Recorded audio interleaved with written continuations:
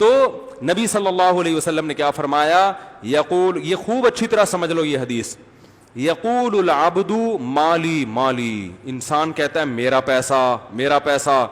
فرمایا آپ کا پیسہ وہ ہے ما اکلتا فافنیتا، کھا کے ختم کر دیا، لبستا فابلیتا، پہن کے پرانا کر دیا. یعنی جو چیز کی لذت آپ نے اٹھا لی وہ آپ کا پیسہ ہے، جو نہیں اٹھائی ہے نا وہ آپ کا پیسہ، جو بینک میں پڑا ہوا ہے وہ آپ کا پیسہ. سمجھ رہے ہو؟ جتنا جلدی جلدی کھا لو گے وہ ہو جائے گا آپ کا، جو بچ گیا نا وہ نہیں ہے آپ کا. فرمایا وہ آپ کے وارثوں کا ہے. وہ کس کا ہے؟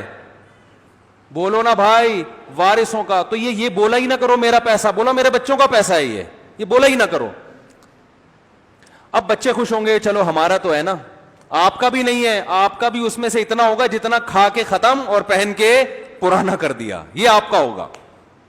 یہ نبی ہمیں بتا رہے ہیں کہ تمہارا وہ ہے جو کھا کے ختم پہن کے پرانا، یعنی استعمال میں جو آ گیا وہ تمہارا ہے، باقی تمہارا تھوڑی ہے. اب مجھے ایک بات بتاؤ، جس کا ذاتی گھر ہو، رہتے آپ ہوں، تو یہ گھر حقیقت میں حدیث کی روشنی میں کس کا ہے؟ گھر کا بنیادی مقصد رہائش ہوتی ہے نا، استعمال کون کر رہا ہے؟ کرایہ دار کر رہا ہے نا. ارے کیا ہو گیا؟ جب کسی نے ایک ذاتی گھر بنایا، رہتا کون ہے؟ آپ کرایہ دے کے رہتے ہیں. گھر کی جو بیسک منفعت ہے، گھر جو بیسک مقصد کے لیے بنایا جاتا ہے وہ کیا ہے؟ رہائش. اصل مقصد گھر کا یہ ہے. روٹی کا بنیادی مقصد کیا ہے؟ کھائی جاتی ہے نا. آپ نے اپنے پیسے سے روٹی خریدی، کھائی انہوں نے، تو پیسہ آپ کا خرچ ہوا. روٹی کا جو بیسک بنیادی فائدہ ہے اٹھایا کس نے؟ انہوں نے اٹھایا نا. اتنا تو بول دو اس میں کیا جا رہا ہے بھائی؟ روٹی خریدی آپ نے اپنے پیسوں سے، کھائی کس نے؟ انہوں نے کھائی. تو انویسٹمنٹ آپ کی ہوئی، فائدہ کون اٹھا رہا ہے؟ یہ اٹھا رہے ہیں. انڈے والا برگر خریدا آپ نے، ٹھیک، کھایا کس نے؟ انہوں نے. تو اس برگر کا جو بنیادی فائدہ تھا وہ کس نے اٹھایا؟ انہوں نے اٹھایا. تو عقل مند یہ ہے یا آپ ہیں؟ یہ عقل مند ہے. آپ کے پیسے سے فائدہ کون اٹھا رہا ہے؟ تو جو گھر بناتا ہے نا، جس کو بے وقوف کہنے کا دل چاہ رہا ہے لیکن چھوڑیں ابھی نہیں کہتے ہم، کیونکہ اس میں اور بعض دفعہ کچھ دوسری حکمتیں بھی ہوتی ہیں.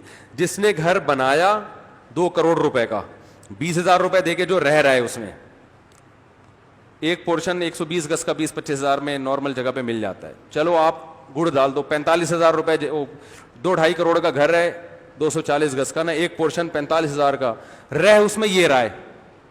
انویسٹمنٹ اس کی ہوئی، فائدہ کون اٹھا رہا ہے؟ یہ ہے جو کھا کے ختم کر رہا ہے.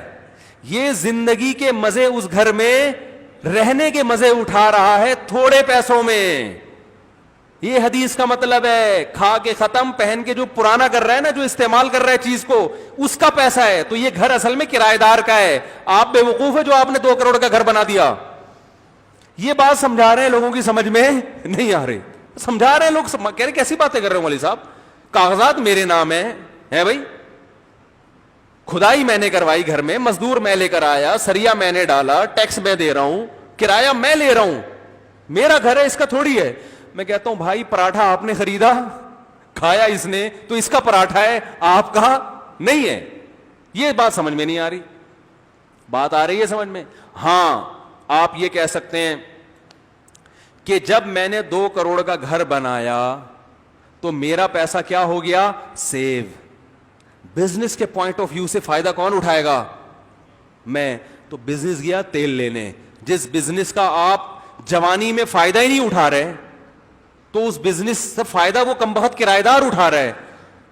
تو اس بزنس برائے بزنس تھوڑی کوئی چیز ہے. ارے حدیث کو سمجھو، جو چیزیں استعمال میں آ رہی ہیں وہ آپ کی ہیں، جو نہیں آ رہی وہ آپ کی نہیں ہیں. تو استعمال میں تو اس کم بخت کی آ رہی ہیں جو رہ رہے یہاں پہ. سمجھ رہے ہو؟ نہیں آ رہی سمجھ میں تو رہنے دو، جیسے چل رہے ہو چلتے رہو، ٹینشن نہ لو. کرایہ دار کو چاہیے زیادہ مزے میں ہے. وہ بولے یار کم بخت تو نے 3-4 کروڑ میں یہ گھر بنایا، میں تو سوچ ہی نہیں سکتا تھا. رہتا کون ہے؟ میں بھی کرائے کے گھر پہ رہتا ہوں. مالک مکان کو بولتا ہوں یار بڑا زبردست